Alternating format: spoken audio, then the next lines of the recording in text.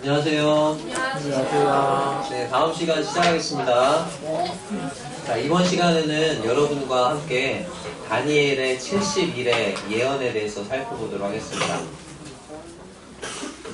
자, 여러분에게 질문 하나 드릴게요. 성경책 있죠? 우리가 가지고 있는 이 성경책 중에 몇 퍼센트가 예언일까요? 27%. 아우, 네, 벌써 예수라는 친구가 있어. 예수라는 친구. 성경의 전체 성경의 27%가 예언이라고 해요. 자, 구약은 28.6%, 신약은 21.6%. 그 중에서 이 성경에 예언된 그 예언의 내용 중에서 그 예언이 100%라고 했을 때 68%의 예언이 지금까지 역사적으로 다 성취가 됐고, 나머지 32%가 이제 미래에 성취될 예언이 남아있다고 해요.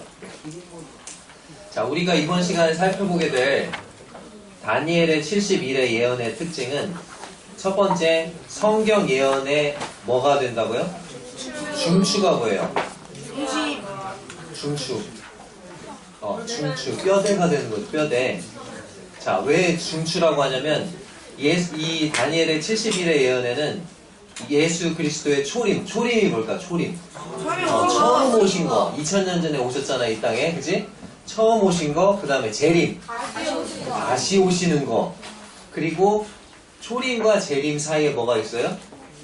교회 시대가 있어. 그래서 이 다니엘의 70일의 예언은 약 2500년 정도의 그 시간을 포함하고 있어요. 엄청나게 넓은 시간을 포함하고 있어요. 그래서 성경 예언의 중추라고 불리고, 그래서 어떤 성경학자는 이 다니엘의 70일의 예언이 구약 성경의 예언 중에서 가장 위대한 예언이다, 그렇게 말하기도 해요. 그리고 이 다니엘의 70일의 예언은 마태복음 24장에서 예수님께서 예언하신 그 예언과 또 요한계시록에 나와 있는 그 예언과 연결이 되는 그런 이 특징을 가지고 있습니다. 이번 시간에 다니엘의 70일의 예언을 살펴보게 될 텐데, 여기 나와 있는 이 순서대로 살펴볼 거예요. 첫 번째로 70일의 예언의 배경, 그 다음에 70일의 예언의 대상, 70일의 결과, 그리고 70일의 시작점과 70일의 네 부분을 살펴보도록 하겠습니다. 그래서 다니엘서 9장 24절에서 27절까지 교독할 텐데요. 여기 슬라이드에 띄워놨어요. 성경책을 찾아보셔도 좋고. 자, 제가 먼저 읽겠습니다. 교독하면서. 자, 제가 먼저 읽겠습니다. 내 백성과 내 거룩한 성을 위하여 이른 이래를 기한으로 정하였나니, 허물이 그치며 죄가 끝나며 죄악이 용서되며 영원한 의가 드러나며 환상과 예언이 응하며 또 지극히 거룩한 이가 기름 부음을 받으리라. 그러므로 너는 깨달아 알지니라. 예루살렘을 주원하라는 영이 날 때부터 기름 부음을 받는 자가 곧 왕이 일어나기까지 일곱 예와 예수 그리스도가 지날 것이고, 그 곤란한 동안에 성이 증거되어 강남과 광거가 될 것이며, 62일 후에 기름 부음을 받은 자가 끊어져 없어질 것이며, 장차 한 왕의 백성이 와서 그 성읍과 성소를 무너뜨리려니와, 그의 마지막은 홍수에 휩쓸림 같을 것이며, 또 끝까지 전쟁이 있으리니 황폐할 것이 작정되었느니라.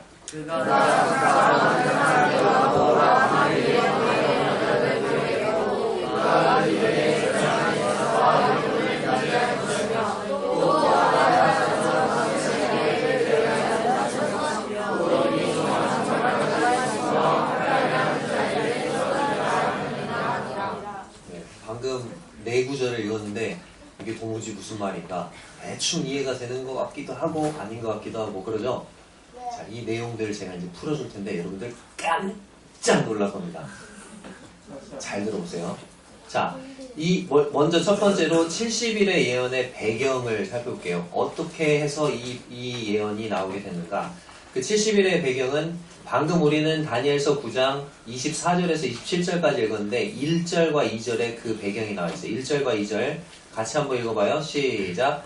메대 족속 아하수에로의 아들 다리오가 갈대아 나라 왕으로 세움을 받던 첫 해, 곧 그 통치 원년에 나 다니엘이 책을 통해 여호와께서 말씀으로 선지자 예레미야에게 알려주신 그 연수를 깨달았나니 곧 예루살렘의 황폐함이 70년 만에 그치리라 하신 것이니라. 이게 다니엘의 70일의 예언이 나오게 된 배경인데요. 여기 방금 읽은 2절에 보면 다니엘이 책을 통해서 선지자 예레미야에게 알려주신 연수를 깨달았대요.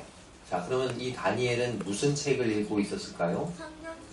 성경책인데 선지자 누구? 그러면 무슨 서?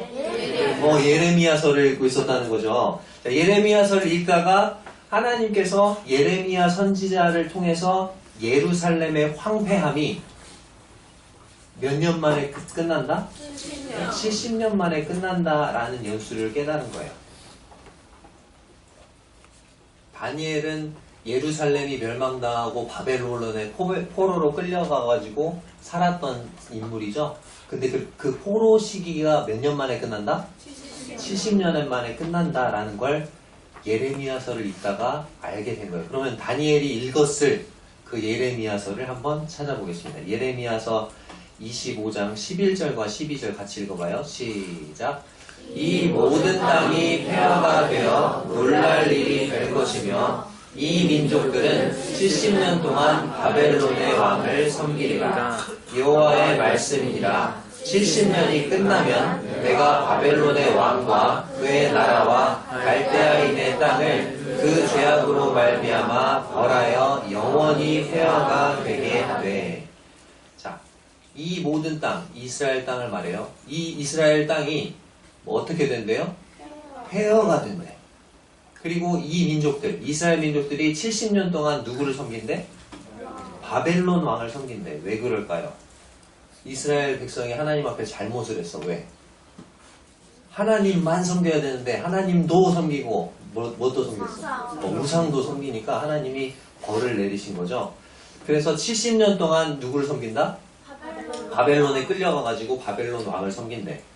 자, 근데 첫 번째, 바벨론을 70년 동안 섬긴다고 그랬는데 12절에 보니까 70년이 끝나면 하나님이 어떻게 하신대 또?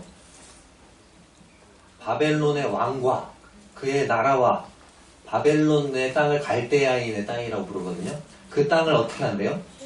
벌해가지고 벌해서 영원히 폐허가 되게 하겠다 이렇게 말씀하셨어요. 자, 그럼 이 하나님께서 예레미야를 통해서 말씀하신 그 예언이 이루어졌을까요?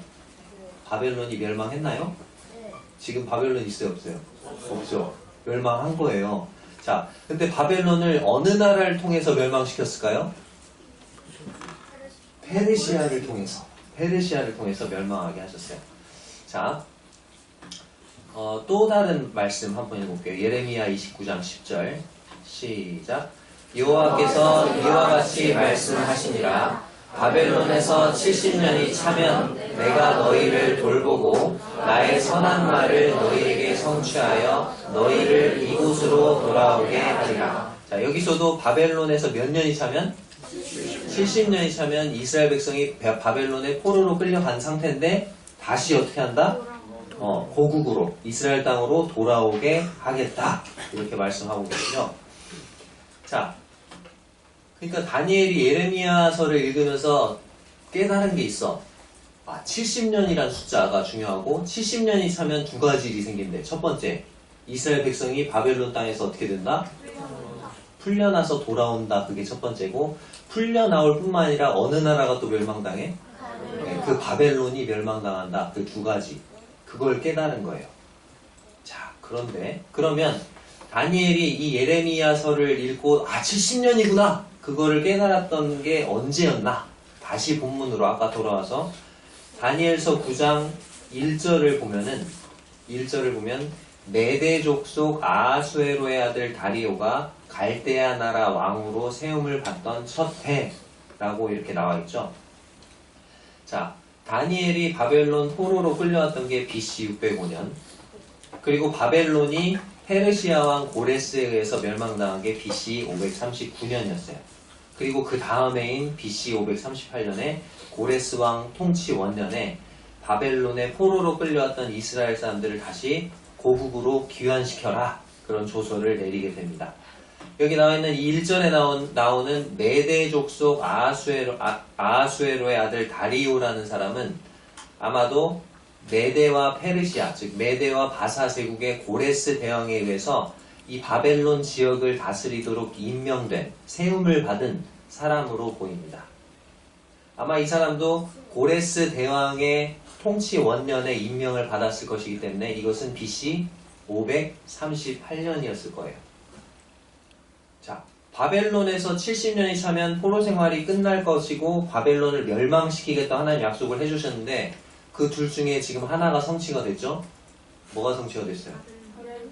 바벨론이 페르시아에서 멸망을 당한 거예요. 그러니까 이제 남은 거 뭐 남았어? 해방해서 돌아가는 것이 남은 거예요. 그러니까 바벨론이 페르시아라는 나라에 의해서 멸망당했네? 그리고 이제 페르시아 왕이 바벨론 지역을 다스리는 다리오라는 사람을 임명을 했어요. 그러니까 이제 뭐만 남았어? 이제 포로에서 해방될 것만 남았구나. 그래가지고 백성들이 곧 풀려나겠구나. 그런 소망을 갖게 된 거예요. 그래서 3절부터를 보면은 다니엘이 이제 금식하면서 베옷을 입고 죄를 뒤집어 쓰고 기도를 해요. 그리고 3절에서 19절까지 다니엘이 하나님께 자신의 죄와 자신의 민족 이스라엘의 죄를 회개하면서 하나님이 약속하신 대로 이스라엘을 70년에 풀려나게 해주신다고 하셨잖아요. 그 약속 지켜주세요. 그런 기도를 하는 장면이 나옵니다. 그렇게 다니엘이 막 기도를 해요. 19절까지. 그리고 하나님이 그 응답으로 20절에서 23절까지 이렇게 말씀하세요. 자, 보겠습니다. 내가 이같이 말하여 기도하며 내 죄와 내 백성 이스라엘의 죄를 자복하고 내 하나님의 거룩한 산을 위하여 내 하나님 여호와께 앞에 간구할 때, 곧 내가 기도할 때에 이전의 환상 중에 본 그 사람 가브리엘이, 이 가브리엘 누구죠? 가브리엘 천사를 말해요. 가브리엘 천사가 빨리 날아서 저녁 제사를 드릴 때쯤에 내게 이르더니 내게 가르치며 내게 말하여 이르되 다니엘아 내가 이제 내게 지혜와 총명을 주려고 왔느니라. 곧 내가 기도를 시작할 즈음에 명령이 내렸으므로 이제 내게 알리러 왔느니라. 너는 크게 은총을 입은 자라. 그런즉 너는 이 일을 생각하고 그 환상을 깨달을지니라 하면서 하나님께서 천사 가브리엘을 보내서 그 유명한 우리가 지금 이번 시간 살펴볼 다니엘의 70일의 예언을 말씀을 해주십니다. 그리고 이제 24절부터 70일의 예언이 시작이 되는데, 자, 이 70일의 예언의 대상이 24절에 나와 있어요. 24절 같이 읽어볼게요. 시작. 내 백성과 내 거룩한 성을 위하여 이른 이래를 기한으로 정하였나니. 자, 다니엘의 70일의 예언은 누구에게 해당되는 예언입니까? 이스라엘일까요? 교회일까요? 이스라엘. 자, 내 백성이 다니엘의 백성이겠죠? 자, 다니엘의 백성은 어느 나라 백성? 이스라엘 백성. 그 다음에 내 거룩한 성을 위하여. 내 거룩한 성은 어떤 성을 가리킬까요? 예루살렘 성이에요. 그렇기 때문에 다니엘의 70일의 예언은 이스라엘에 대한 예언이에요. 교회에 적용하면 된다, 안 된다? 안 된다라는 거예요. 하나님은 이스라엘 백성과 예루살렘에 대해서 얼마를 기한으로 정했다? 70일에라는 기한을 정하셨다는 거예요. 70일에. 자, 그리고 세 번째 이제 70일의 결과. 그 70일에라는 기한을 정했는데 그 70일에가 끝나게 될 때 일어나게 될 6가지 일이 기록이 되어 있어요. 첫 번째, 처음 3가지는 부정적인 것들이 없어질 거다. 그리고 나머지 3가지는 긍정적인 것들이 이루어지게 될 거다라는 거예요. 먼저 부정적인 거, 안 좋은 거 3가지가 사라질 거다. 그것은 첫 번째 뭐예요? 허물이 그치며, 그 다음 두 번째 죄가 끝나며, 세 번째 죄악이 용서되며. 자, 그러면 누구의 허물과 누구의 죄와 누구의 죄악이 그치고 끝나고 용서될까요? 이스라엘. 자, 이게 누구에 대한 예언이다? 이스라엘에 대한 예언이라고 했죠. 그러면 이스라엘 민족의 죄가 용서되는, 또 그치는, 끝나는 일을 말하는 거죠. 그래서 이것은 이스라엘 민족의 죄가 용서되는 영적인 회복을 의미하는 거예요. 그래서 이스라엘 백성이 민족적으로 회개하고 하나님 앞에 영적으로 회복될 것을 말씀하고 있어요. 70일에가 다 끝나게 될 때.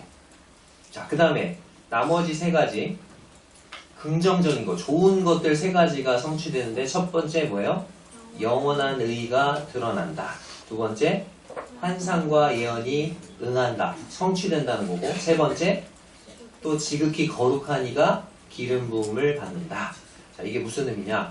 영원한 의가 드러나는 것은 언제 이루어질까요?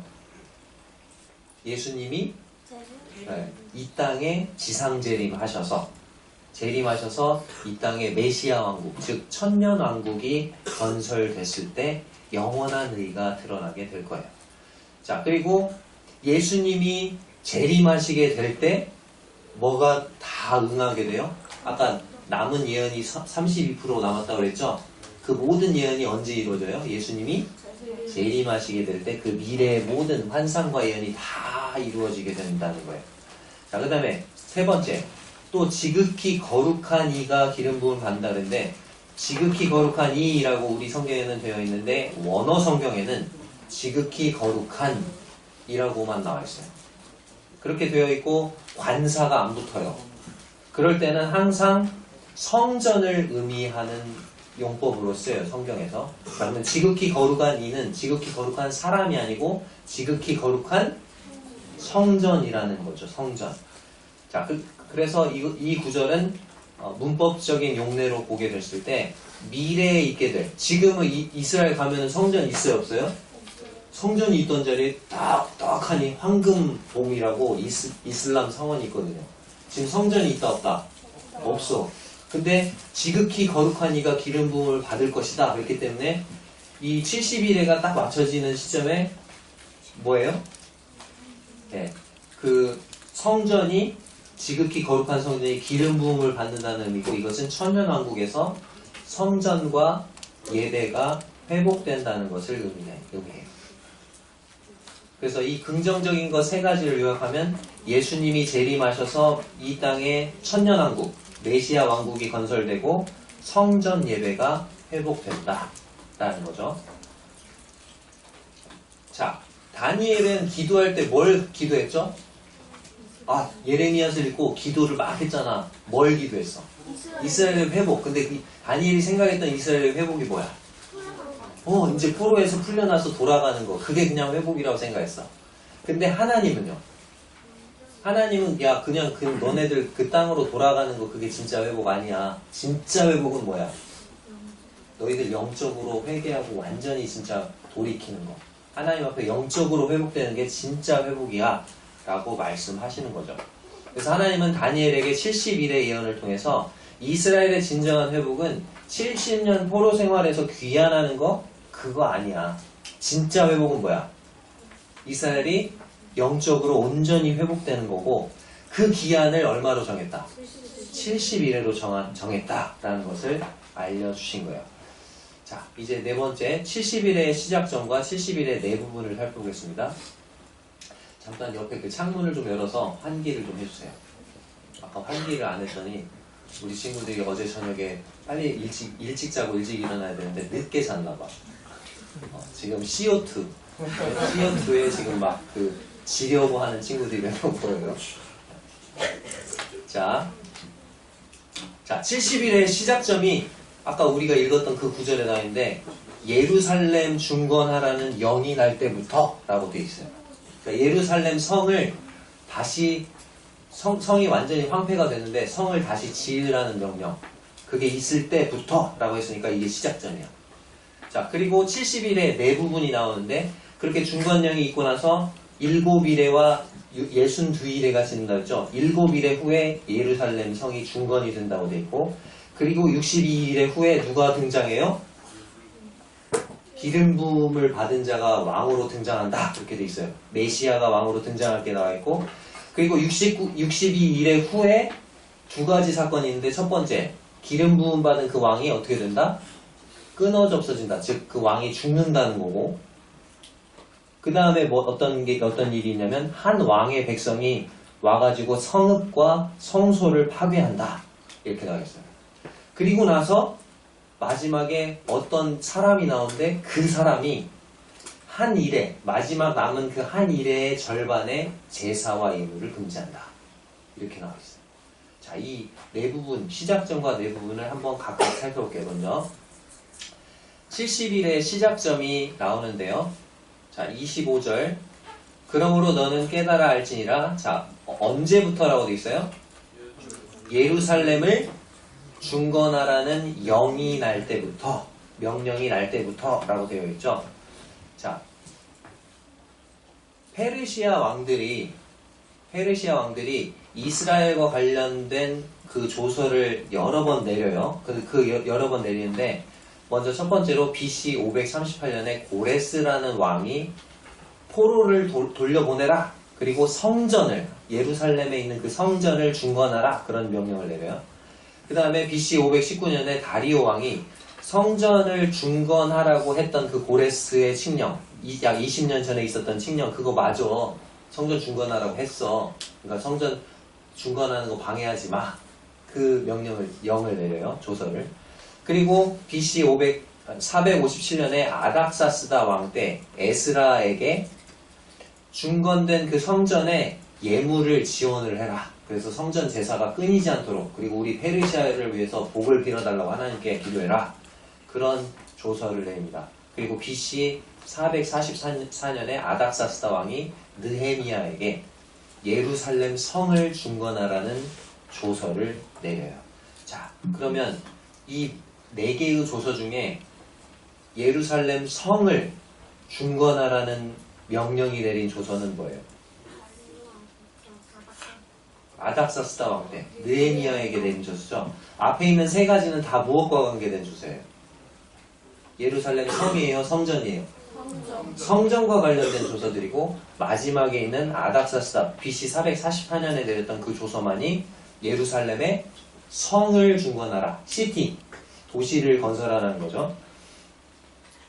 그래서 70일의 예언의 시작점은 BC 444년이고 그 날짜를 구체적으로 환산해보면 BC 444년 3월 5일이 됩니다. 날짜를 잘 기억해야 돼요.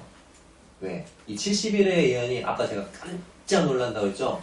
그 이유가 뭐냐면 연도만 맞춘 게 아니고 70일의 예언은 연도만 맞춘 게 아니고 달만 맞춘 게 아니고 날짜까지 맞춘 거거든요.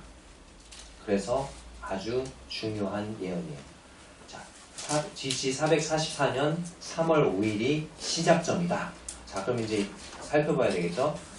자, 여기 보니까 예루살렘을 중건하라는 영이 날 때부터, 자, 기름 부음을 받은 자, 곧 왕이 일어나기까지 7일에와 62일에가 지날 것이요. 이렇게 되어 있죠? 자, 여기 보니까 기름 부음을 받은 자, 곧 왕이 일어나기까지 그랬는데, 기름 부음을 받은 자, 곧 왕이 누굴까요? 예수님이에요, 예수님. 기름 부음을 받은 자, 곧 왕이 예수님인데, 예수 그리스도라고 하죠, 우리가. 자, 그리스도는 헬라어, 그리스어고, 그리스도라는 뜻이 뭘까요? 기름 부음을 받은 자라는 뜻입니다. 왕이라는 뜻이죠.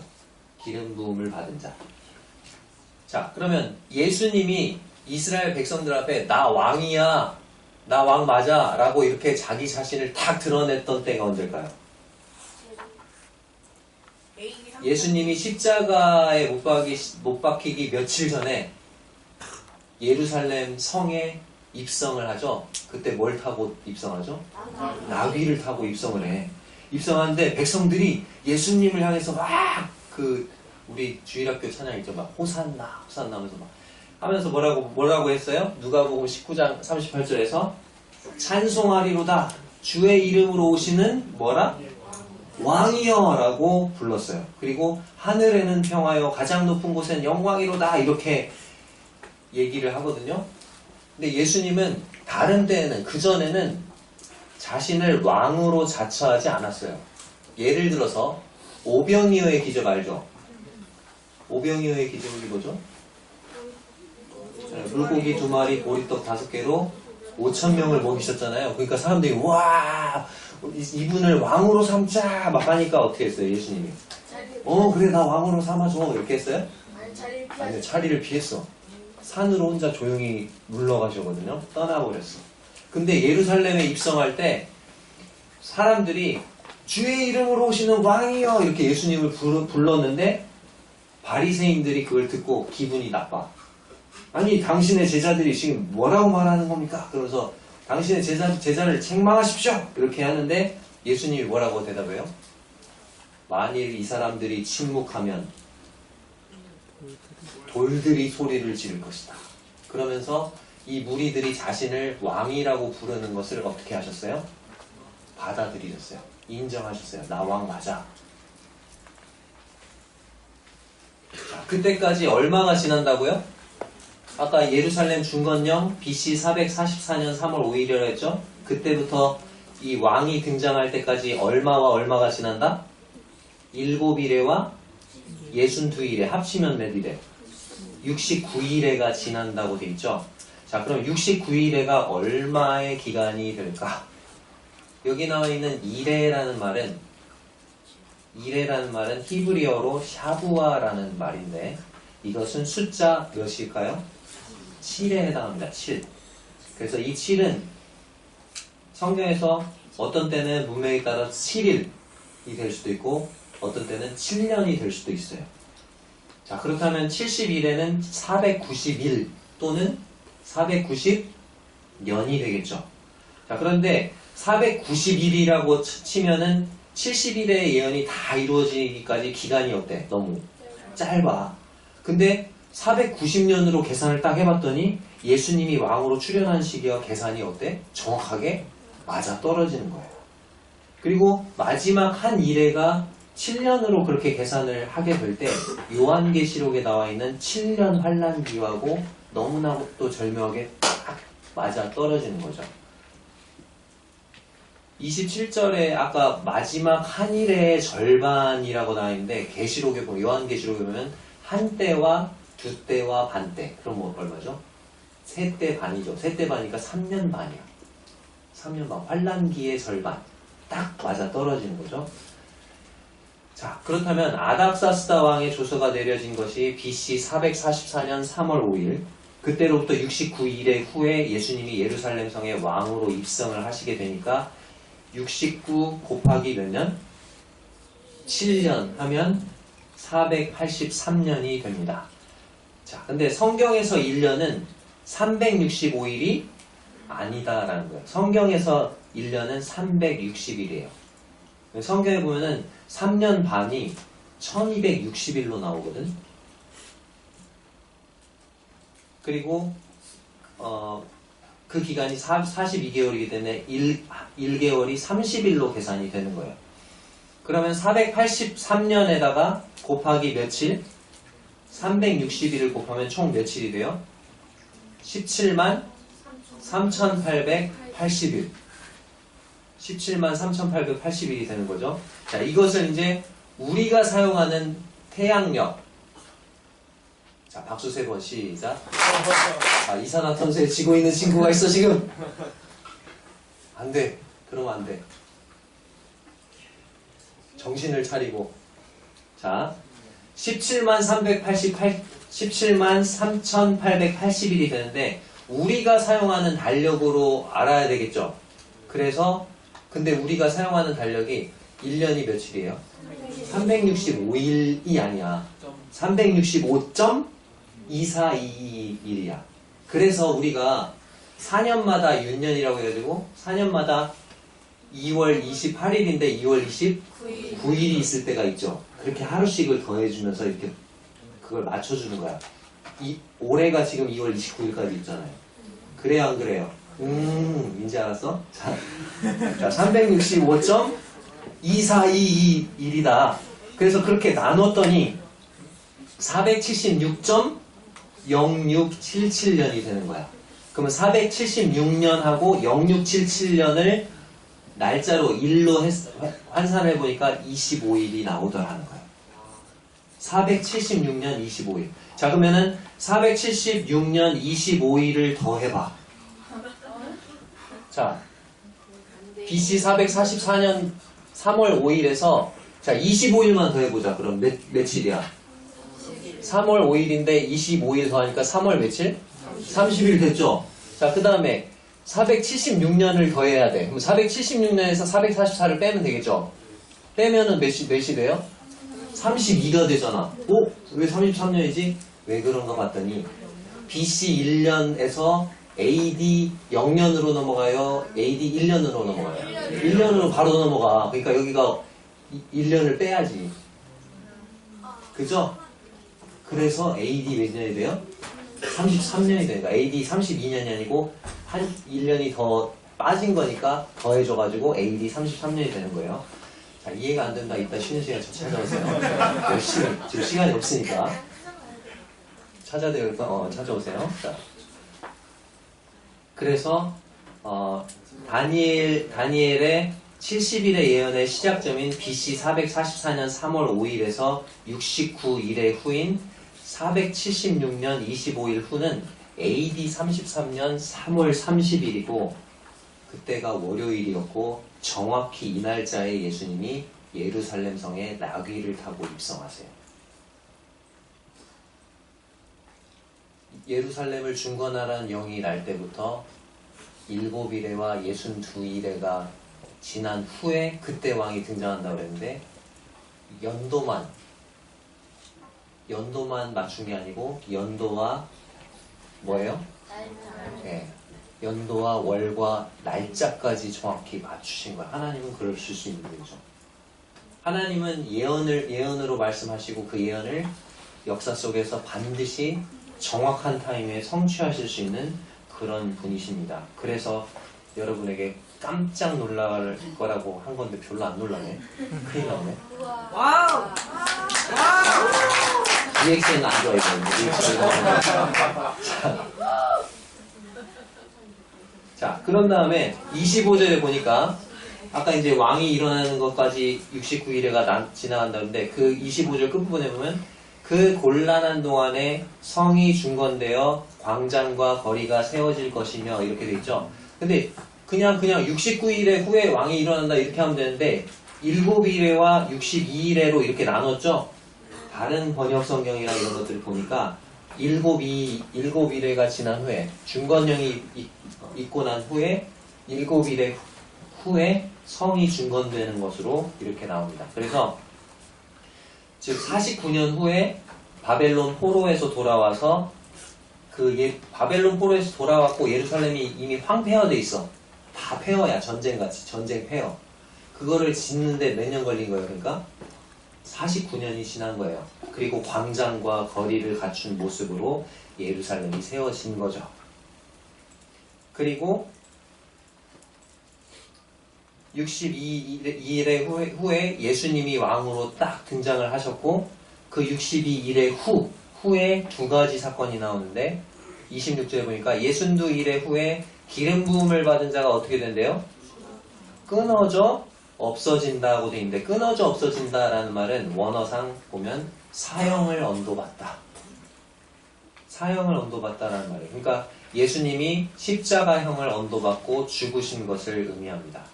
이 일은 예수님이 월요일날 고난주간의 월요일날 예루살렘 성에 입성을 하셨어요. 그리고 4일이 지난 후 언제? 금요일 즉 AD 33년 4월 3일에 예수님이 십자가형을 언도받고 십자가에 달려 죽으셔요. 26절 중반에 보니까 장차 한 왕의 백성이 와서 그 성읍과 그 성읍이 어딜까? 예루살렘 성. 성소 뭐예요? 예루살렘 성전이 되겠죠? 그것을 어떻게 한대요?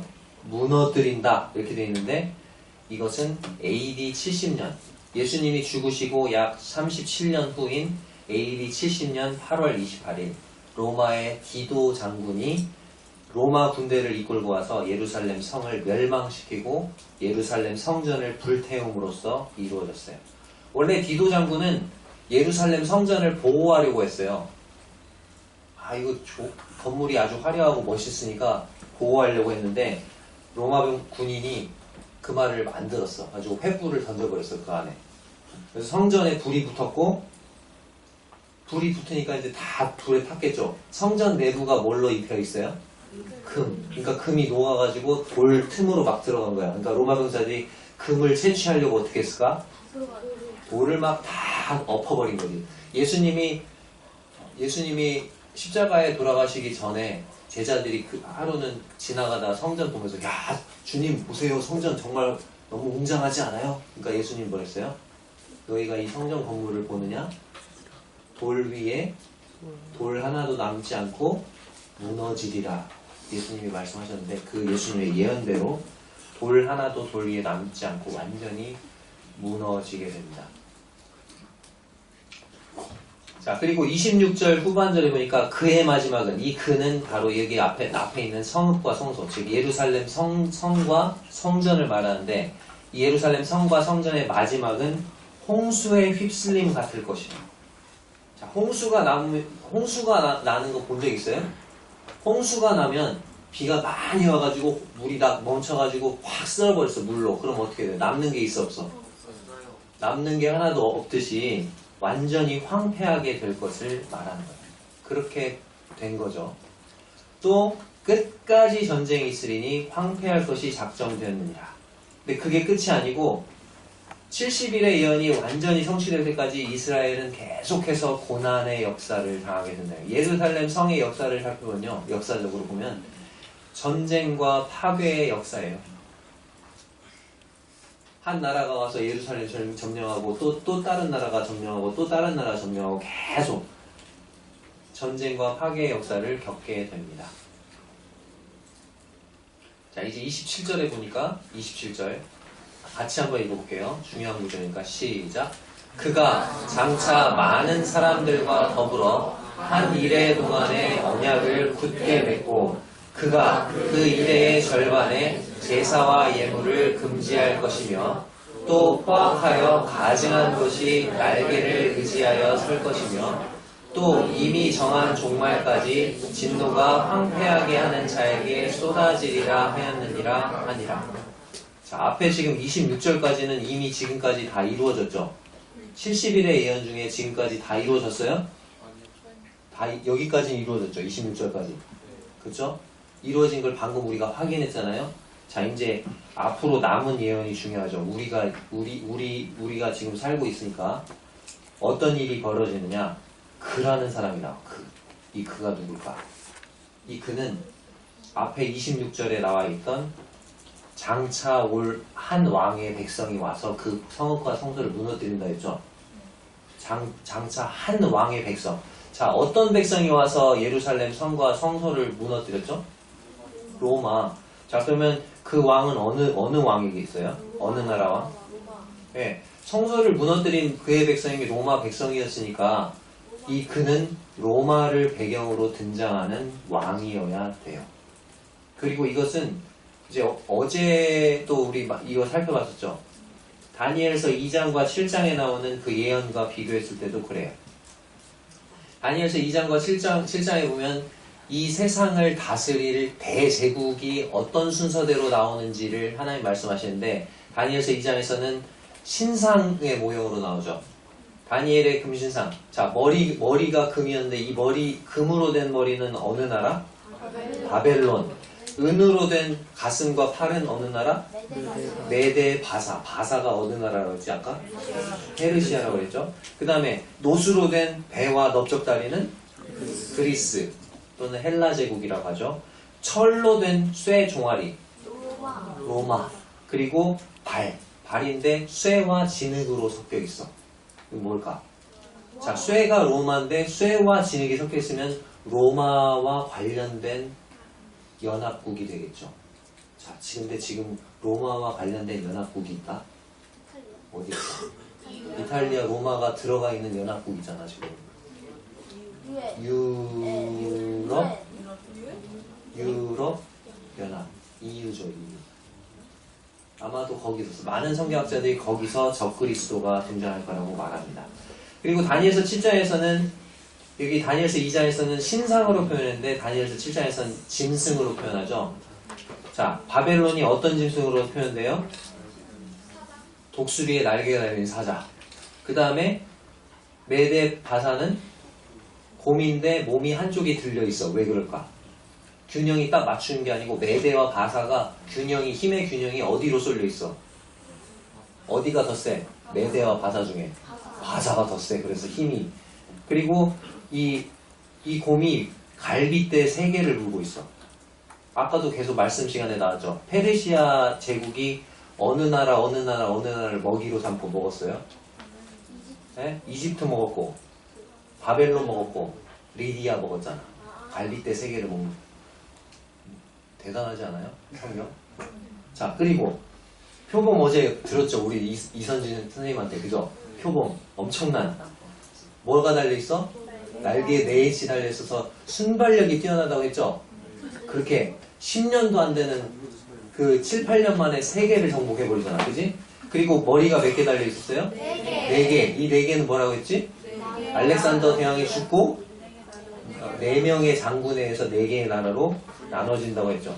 그 다음 나라가 뭐냐면 그 다음 짐승은 로마로 표현이 되는데 무서운 짐승이라고 했고 여기도 이빨이 있는데 어떤 이빨일까? 쇠로 된. 아까 쇠가 어디였어? 로마잖아. 그죠? 쇠로 된 큰 입. 근데 이 무서운 짐승에 뿔이 10개가 있대. 뿔이 10개라는 건 10명의 왕인데 그 중에 뿔이 3개가 뽑히고 다른 작은 뿔이 나오는데 그 작은 뿔에 눈이 달려있고 입이 있어가지고 하나님의 못 오가는 말을 막 한다는 거야.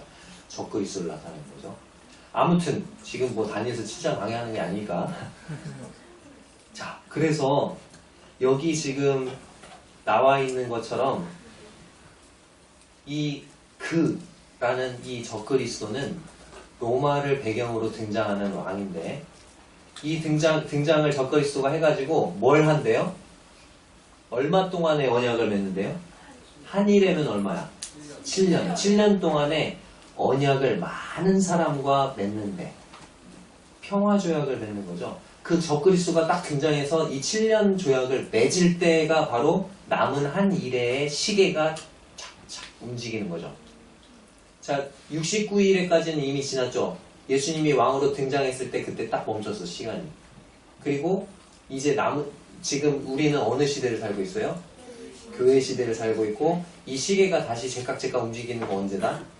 적그리스도가 나타나서 7년 평화조약을 맺을 때다 라는 거예요. 자, 근데 적그리스도가 나타나서 많은 사람과 언약을 맺는데 그 언약이 어떤 언약인가? 그 힌트가 바로 그 다음 구절에 나와 있어요. 자, 그가 뭘 한대요? 그 일의 절반에 뭘 한대요? 제사와 예물을 금지한대. 제사와 예물을 금지한다.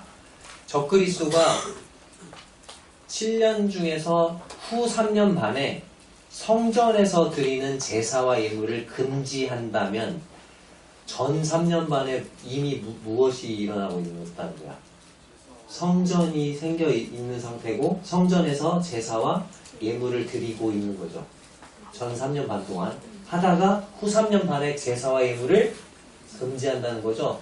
자, 근데 문제는 뭐예요? 지금 이스라엘 가면 성전이 있다 없다? 없어. 성전이 없는데 제사와 예물을 금지를 후 3년 반에 해야 되고 전 3년 반에 성전에서 제사와 예물이 드려지려면은 뭐가 지어져야 돼요?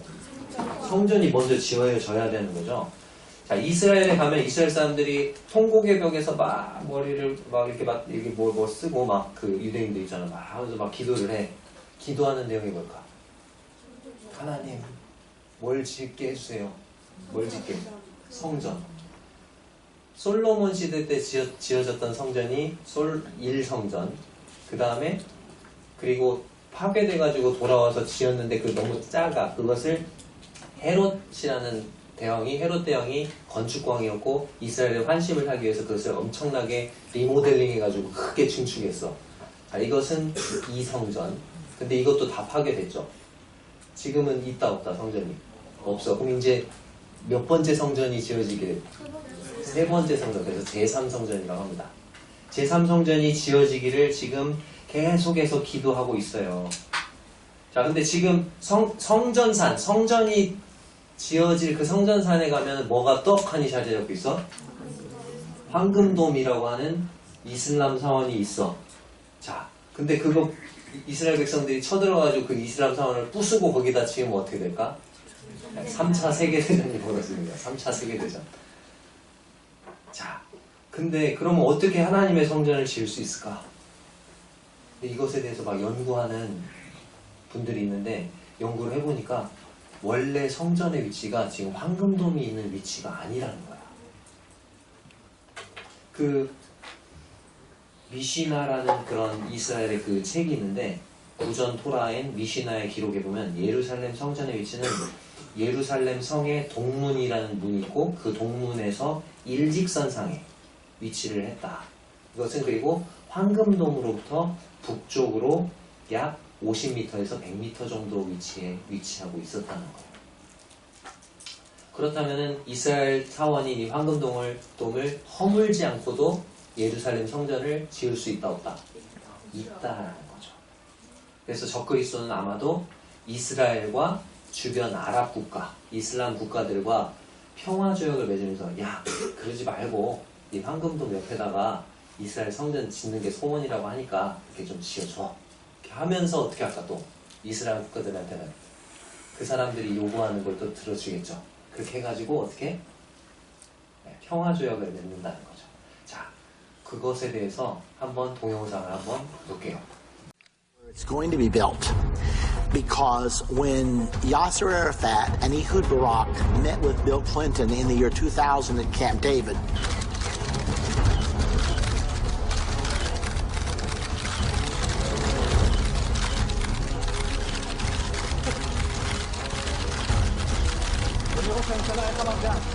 they got all the details for a peace worked out until they got down to what to do with the Temple Mount. Well, Arafat said, we have to have the Temple Mount. And Barak said, that's our first holy place. You have your first holy site in Mecca. You have your second holy site in Medina. We don't even have our first holy site. We've got to have a place to build our temple. And Arafat said, sorry, we can't. Well, when Bill Clinton saw that they were at an impasse, he said, well, why don't you just share it? And I'll never forget seeing the little clip in the newspaper. President Clinton proposes sharing the Temple Mount.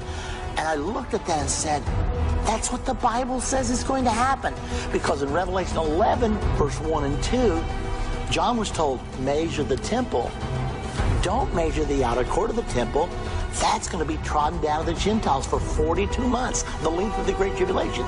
So here's this prophecy that says the Jews will control the temple area, but the outer court will be controlled by the Gentiles. So he was describing, in the Bible, it describes 2,000 years ago. The big question is, where was the original temple? Was it under the place or right where the Dome of the Rock is, which most people think? And by the way, there are people that believe that's where it should be built anyway. There are professors in Israel that say that the proper place for the temple is to the north of where the Dome of the Rock sits right now. I have been doing research on the Second Temple and also the First Temple of Jerusalem, 37 years, and I've been able to work out where these temples were located on the Temple Mount.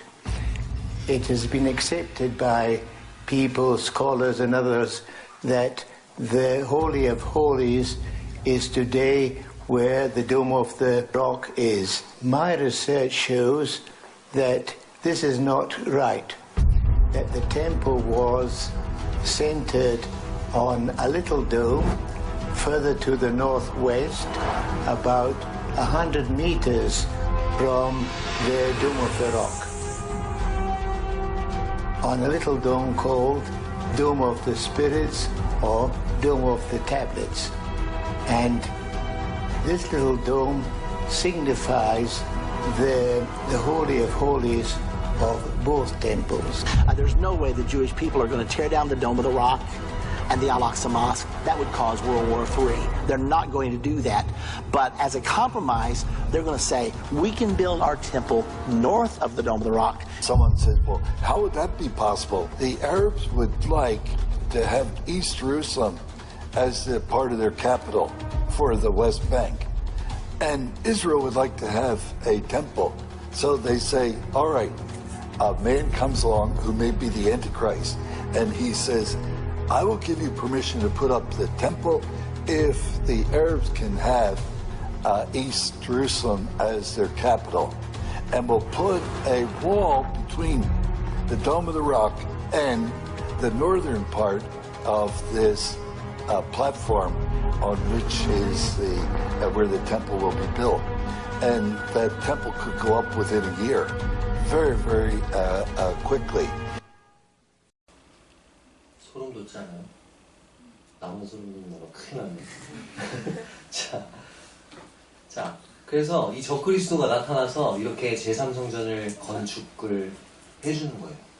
건축할 수 있도록. 근데 그래서 제사와 예물이 부활이 되는데 일의 절반에 후 3년 반에 그것을 어떻게 한다고요? 금지한다는 거죠. 그리고 여기 보니까 또 포악하여 가증한 것이 날개를 의지하여 설 것이며 이렇게 되어 있는데, 가증하다 그러면은 성경에서 가증하다 그러면 우상을 가리켜요. 포악하여 가증한 것은 뭐라는 거예요? 우상을 세우는데 어디다 세운대? 날개를 의지하여 선대. 날개가 있는 곳이 어딜까? 성전에서.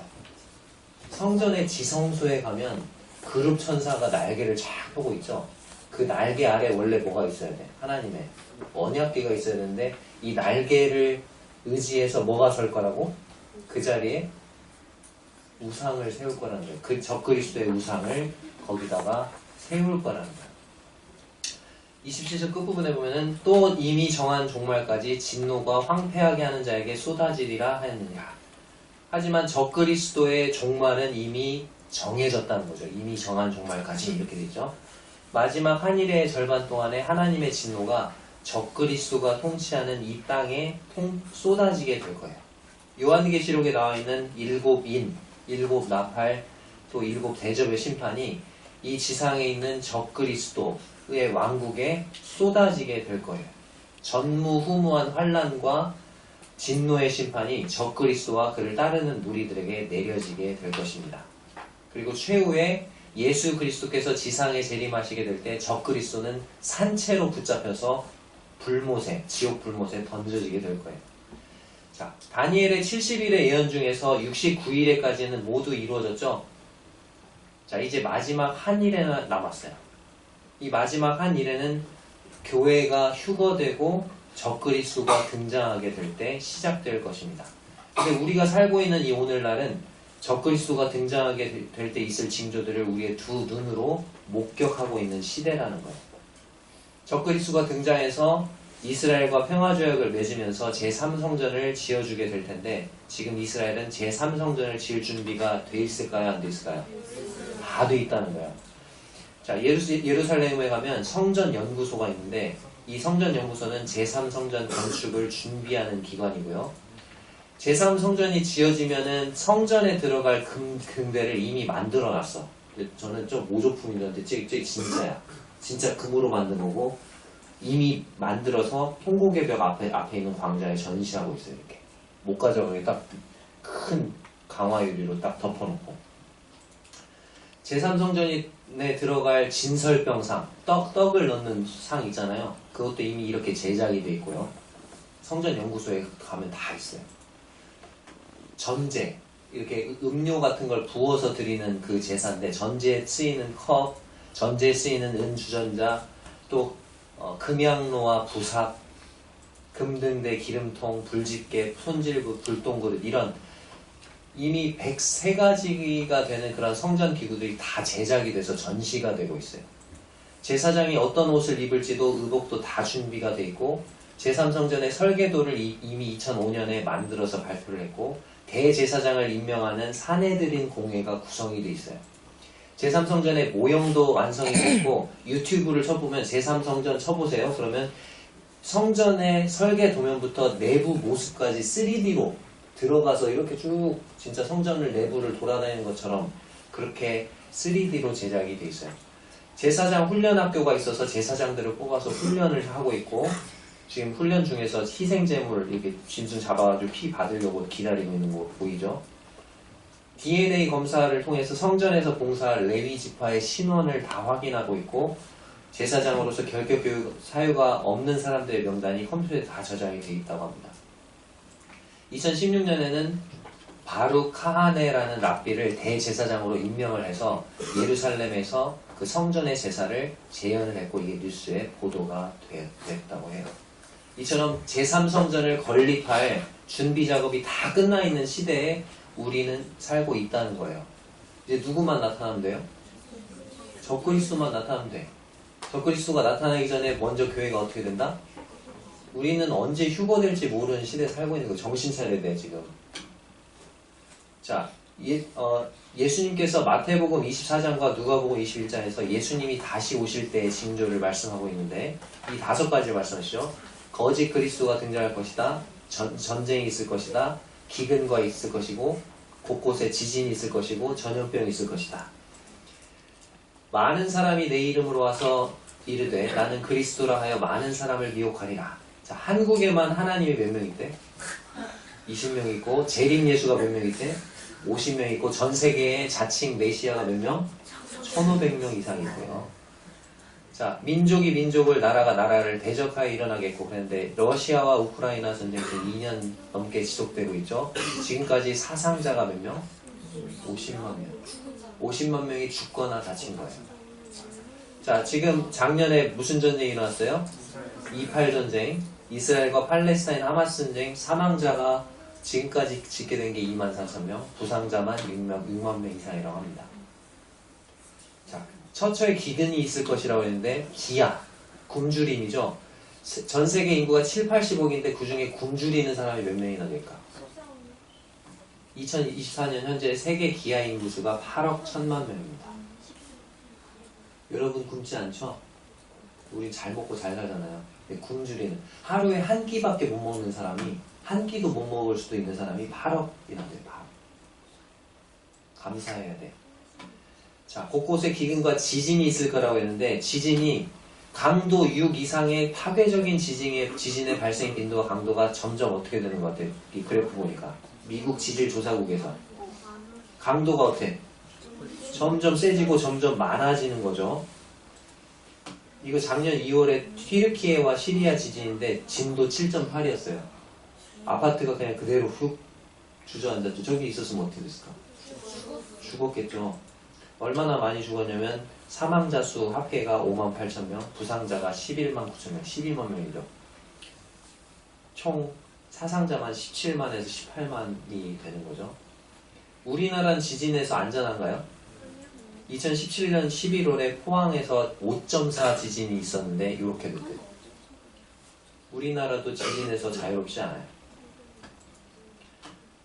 곳곳에 큰 지진과 기근과 전염병이 있을 거라고 했는데 세계적인 전염병이 점점 많이 빈번하게 창궐하고 있는 거 알아요, 여러분?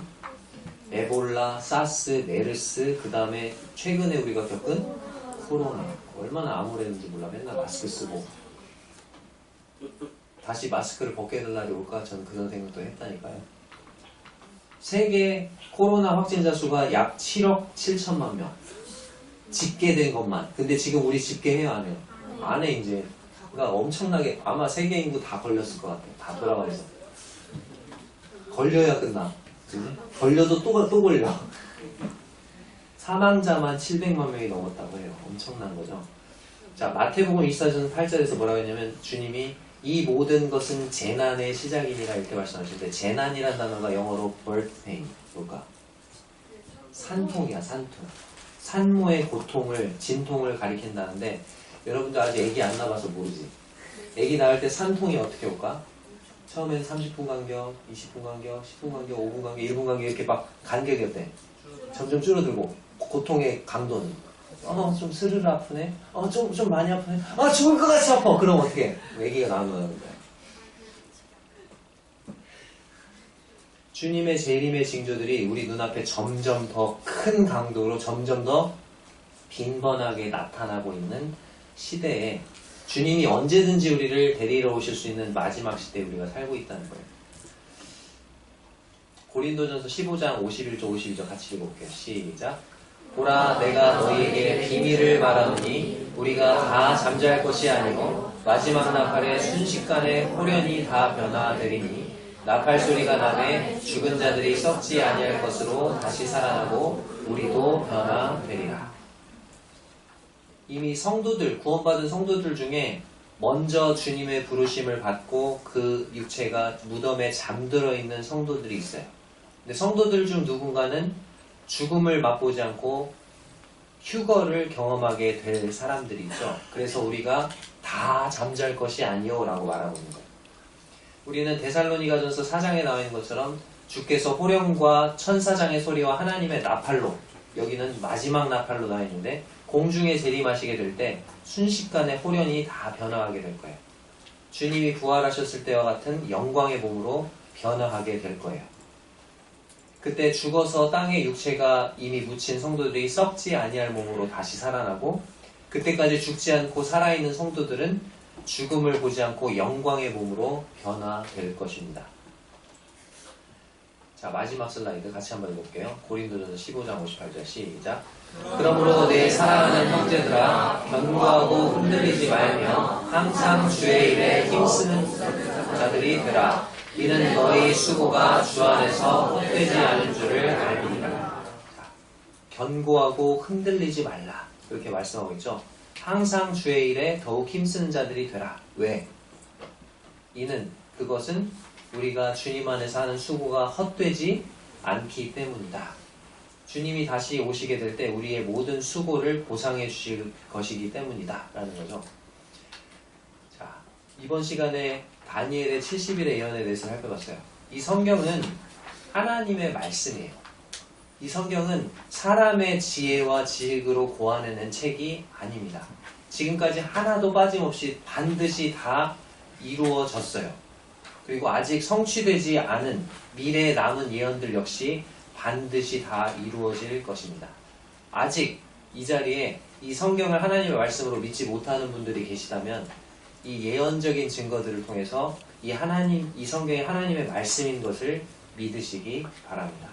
그리고 이미 하나님의 말씀을 믿고 구원받으신 분들은 이 다니엘의 70일의 예언을 통해서 주님의 재림의 소망 가운데서 주님의 일에 더욱 힘쓰는 여러분들이 되시기를 바랍니다. 이상으로 말씀 마치겠습니다. 감사합니다.